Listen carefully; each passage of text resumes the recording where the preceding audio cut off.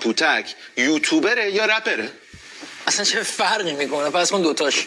چی بودن مهمه، چی بودن معلوم نباشه با شهرت یکی تو اون یکی قلدری میکنن. پوتک جان ما همه این حرفا رو شنیدیم قبلا. ببین از کونه مردم لقمه نگیر. تو نه چیزی در مورد این مردم میدونی نه اصلا این مردم برات مهمن. فقط نشستی اینجا به خاطر چوس مسخال بیا حاضری هر کاری کنی. بعدا این جوونایی که میبینی این چرندیاتی که تو داری بهشون میفروشی اصلا براشون مهم نیست.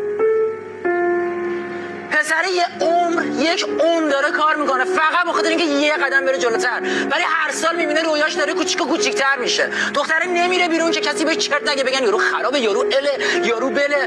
بعد به نظر تو واسه این دختره مهمه که من حالا شیطان پرستم یا کدوم خر دارم میپرستم؟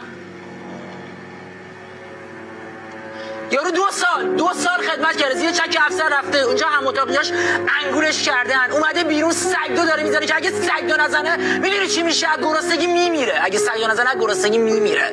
بعد تهش هم عشقش به خاطر یه تیکه آهن میفروشتش.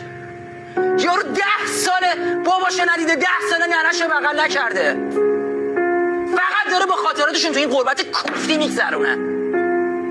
بعد واسه اون بیاد به این فکر کنه که وای پوتی الان یوتیوبره یا نه. خودت وای جواب این سوال چیه؟ این یوتیوبره یا نه؟